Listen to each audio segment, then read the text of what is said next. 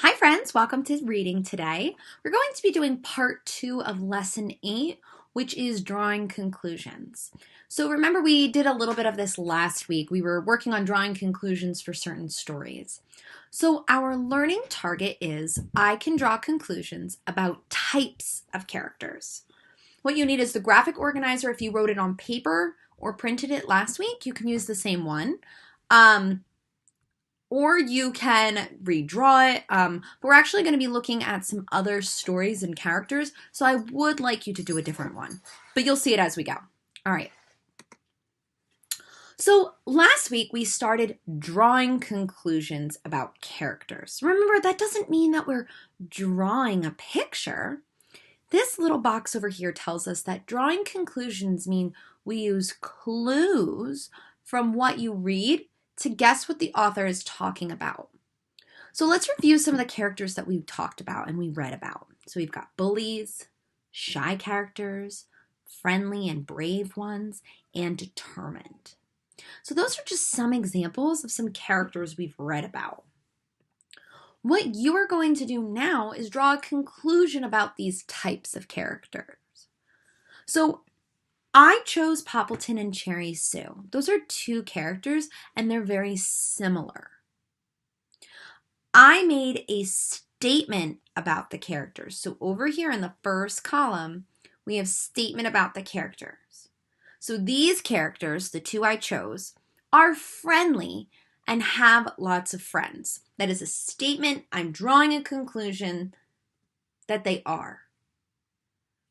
The character traits that match them are kind, friendly, caring, and helpful. So I can say kind and friendly characters are always friendly and have lots of friends, right? And if you think of other books, like I said last week, Franklin or Katie Woo, or what are some of the other ones we listen to? Fancy Nancy. They are kind and friendly characters. So they are also ones we can say are friendly and have lots of friends. But we always want to go back to that evidence, right? The evidence, how I know. Well, I know that Poppleton and Cherry Sue both have friends like Fillmore, right? And the little mouse.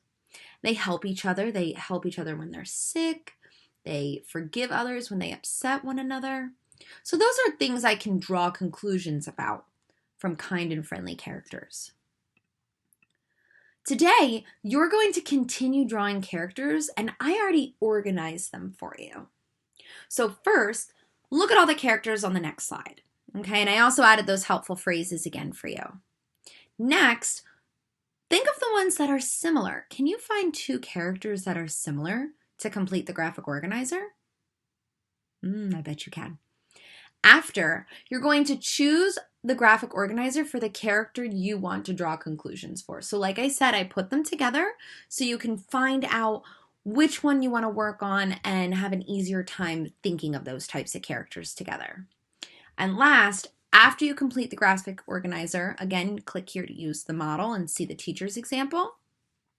You can print it, type in it, the one I have right on here, you could type in, draw it in your notebook, or again, if you have one from last week, you can just draw the characters and add on to it. So let's take a look at the ones that we have, our characters that we have to work with. Same characters as last week, but we're going to choose two new ones. So we've got Red and One from the book One, Roddy and Katie Woo from No More Teasing, Katie Sue and Jean from Mean Jean the Recess Queen, and Fancy Nancy and Grace from the Fancy Nancy book. Okay.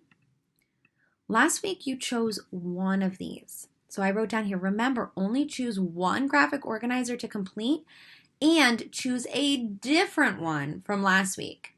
So if you chose to focus on Red and Roddy as characters last week, today I want you to choose a different one. So we've got Red and Roddy, Grace and Mean Jean, Katie Woo and Fancy Nancy, and Katie Sue and One.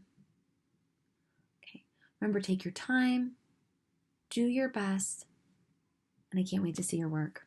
Bye, friends.